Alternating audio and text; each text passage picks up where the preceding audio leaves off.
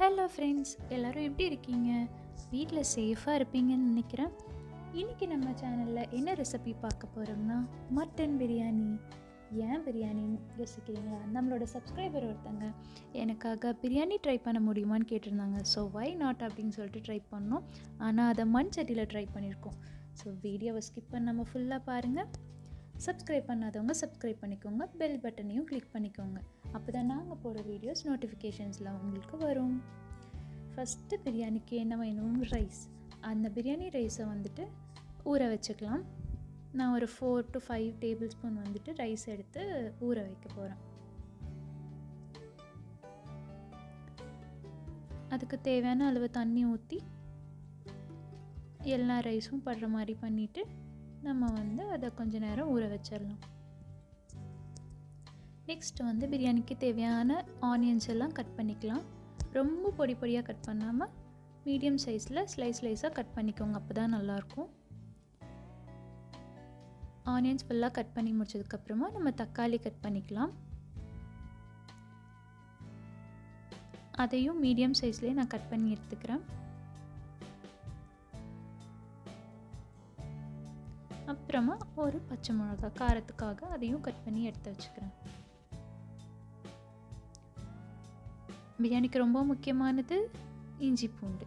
அதையும் தோலெல்லாம் உரிச்சிட்டு நான் பேஸ்ட் மாதிரி எடுக்க போகிறேன். அம்மியில் வச்சு நல்லா பேஸ்ட் மாதிரி எடுத்துக்கிறேன். நீங்கள் மிக்சியில் போட்டு அரைச்சிக்கோங்க. நல்லா ஃபைனாக அது ரெண்டும் சேர்ந்து மிக்ஸ் ஆகி அரையணும்.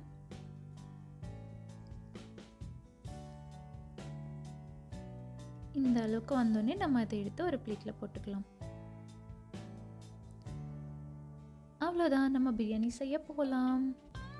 ஃபஸ்ட்டு ஒரு மண் சட்டி எடுத்து வச்சுட்டு அதில் கொஞ்சமாக கீ ஆட் பண்ணிக்கிறேன். கீ ஸ்மெல் பிடிக்காதவங்க ஆயில் கூட ஆட் பண்ணிக்கலாம், நோ இஷ்யூஸ். நெய் நல்லா சூடானதுக்கப்புறமா நம்ம கிராம்பு ஆட் பண்ணிக்கலாம்.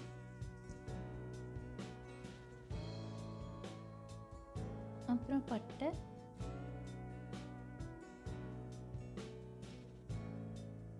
பே லீஃப், அன்னாசிப்பூ, ஏலக்காய், கல்பாசி எல்லாத்தையும் போட்டு நல்லா ஃப்ரை பண்ணிக்கலாம்.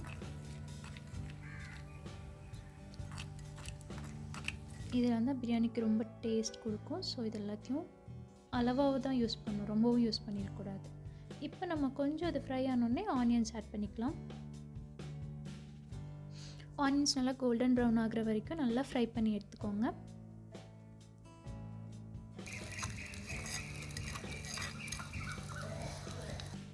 கோல்டன் ப்ரௌன் ஆன ஸ்டேஜில் நம்ம இஞ்சி பூண்டு பேஸ்ட் அரைச்சி வச்சதை எடுத்து ஆட் பண்ணிக்கிறோம். ஆட் பண்ணி நல்லா மிக்ஸ் பண்ணிக்கலாம். அதுக்கப்புறம் பச்சை மிளகா, அப்புறமா மிளகாத்தூளும் ஆட் பண்ணிக்கலாம். கொஞ்சமாக மஞ்சத்தூள், பிரியாணி மசாலா வேணும்னா நீங்கள் ஆட் பண்ணிக்கோங்க. நான் கொஞ்சமாக ஆட் பண்ணிக்கிறேன். எல்லாத்தையும் போட்டு நல்லா மிக்ஸ் பண்ணிக்கலாம்.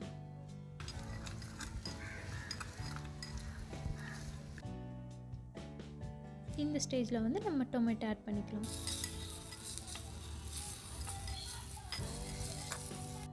இதுவும் நம்ம ஃபுல்லாக எல்லாமே படுற மாதிரி மிக்ஸ் பண்ணிவிட்டு மின்ட்டும் கொரியண்டர் லீஃபும் நம்ம ஆட் பண்ணிக்கலாம்.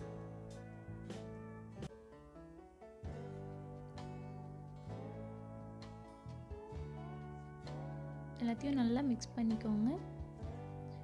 அப்புறமா பிரியாணிக்கு தயிர் ஆட் பண்ணால் ரொம்ப சூப்பராக இருக்கும். தயிர் பிடிக்காதவங்க இக்னோர் பண்ணிக்கோங்க, பிடிச்சவங்க ஆட் பண்ணிக்கோங்க. ஆட் பண்ணி நல்லா மிக்ஸ் பண்ணுங்கள்.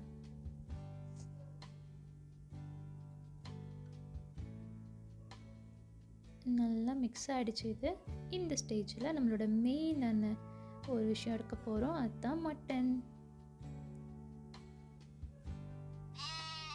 அதை எடுத்து நம்ம குட்டி குட்டி பீஸாக கட் பண்ணிக்கலாம்.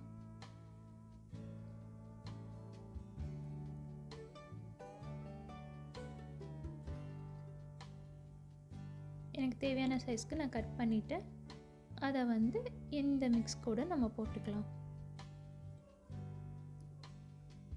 எல்லா மட்டனையும் நான் ஆட் பண்ணிக்கிறேன்.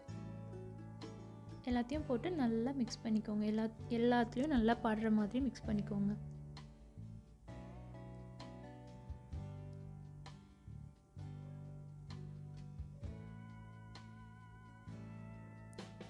நல்லா மிக்ஸ் பண்ணியாச்சு. இப்போ வந்து சால்ட் டேஸ்ட்டுக்கு ஏற்ற அளவுக்கு நம்ம போட்டுக்கலாம். போட்டுட்டு திரும்ப எல்லாத்தையும் நல்லா மிக்ஸ் பண்ணிவிட்டு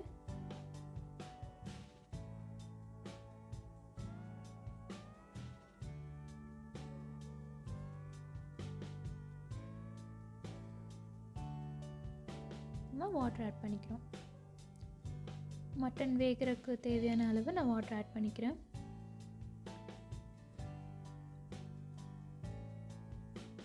எல்லாத்தையும் ஒரு மிக்ஸ் பண்ணி விட்டுட்டு நம்ம மட்டனை குக் பண்ணலாம். மட்டன் நல்லா குக் ஆகணும்.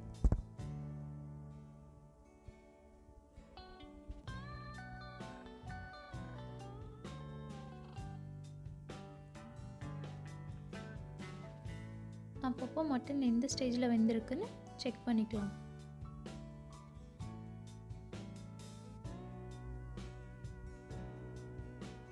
இதை நான் கொஞ்சம் நேரம் மூடி வச்சிடுறேன். இந்த டைமில் நம்ம ஊற வச்ச அரிசி எடுத்து வாஷ் பண்ணி எடுத்து வச்சிடலாம். நான் ஒரு 2 to 3 டைம்ஸ் வாஷ் பண்ணிக்கிறேன்.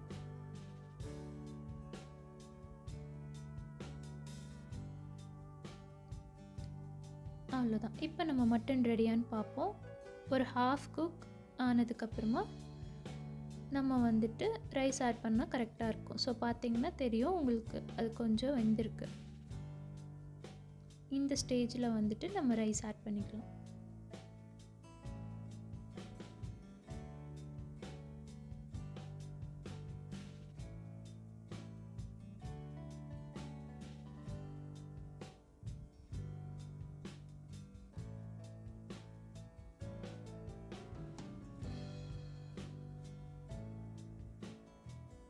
ஃபுல்லாக ரைஸும் மிக்ஸ் ஆகிற மாதிரி பண்ணிவிட்டு நம்ம லைட்டாக ஒரு 2 to 3 ட்ராப்ஸ் வந்து லெமன் ஜூஸ் ஆட் பண்ணிக்கலாம். Lemon drops. அப்புறம் அது குக் ஆகட்டும். அது வரைக்கும் வெயிட் பண்ணலாம்.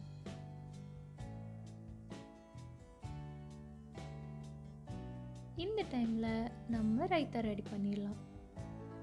நான் கர்ட் எடுத்துக்கிறேன். அப்புறமா சாப் பண்ணி வச்சு ஆனியன்ஸ் எடுத்துக்கிறேன்.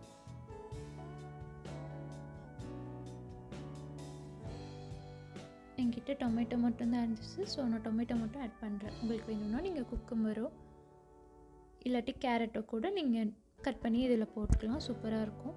அப்புறமா கொத்தமல்லி இலை, காரத்துக்கு ஒரு 2 பீஸ் மிளகா எடுத்து ஆட் பண்ணிக்கிறேன். அப்புறம் லைட்டாக நம்ம வந்து சால்ட் ஆட் பண்ணிக்கலாம்.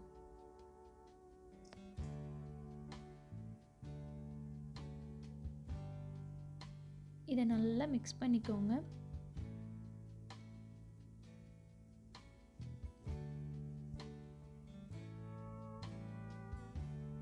அவ்வளோதான், நம்மளோட ரைத்தா ரெடி ஆயிடுச்சு. நம்மளோட பிரியாணி ரெடி ஆகிட்டே இருக்கு. வாங்க குக் ஆயிடுச்சான்னு பார்ப்போம். டடா, நம்மளோட பிரியாணி சூப்பராக வெந்திருக்கு. வாவ். நம்ம ஜஸ்ட் எல்லாமே குக்காக இருக்கான்னு ஒரு தடவை பார்த்துக்கலாம். சூப்பராக வெந்திருக்கு. இந்த ஸ்டேஜில் நம்ம வந்துட்டு கொஞ்சமாக ஒரு 2 to 3 ட்ராப்ஸ் வந்து நெய் ஆட் பண்ணிக்கலாம். ஆட் பண்ணி ஃபுல்லாக நல்லா மிக்ஸ் பண்ணிக்கலாம். அவ்வளோதான், நம்மளோட பிரியாணி ரெடி ஆயிடுச்சு. இதை இப்போ சர்வ் பண்ணால் முடிஞ்சுது. இப்போ நம்ம ரெடி பண்ணி வச்ச பிரியாணி எடுத்து சர்வ் பண்ணிடலாம்.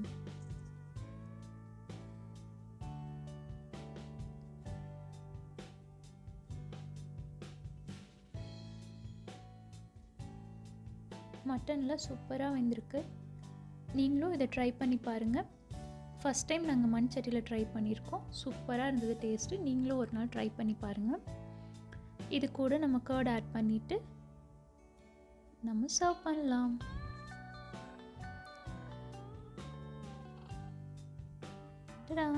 It's ready. இது நம்மளோட ஸ்பெஷல் சப்ஸ்கிரைபருக்காக பண்ண பிரியாணி. ஸோ எப்படி இருக்குன்னு பார்த்துட்டு கமெண்ட் பண்ணுங்கள். உங்களுக்கு நாங்கள் எதாவது டிஷ்ஷஸ் ட்ரை பண்ணணும் புதுசான்னு தோணுச்சுன்னா அதையும் கமெண்ட் பண்ணுங்கள். நாங்கள் அதை பார்த்து கண்டிப்பாக ட்ரை பண்ணி வீடியோவில் போடுறோம். உங்களுக்கு இந்த வீடியோ பிடிச்சிருந்தனா உங்கள் ஃப்ரெண்ட்ஸ்க்கும் ஷேர் பண்ணுங்கள். தேங்க்யூ ஃபார் வாட்சிங்.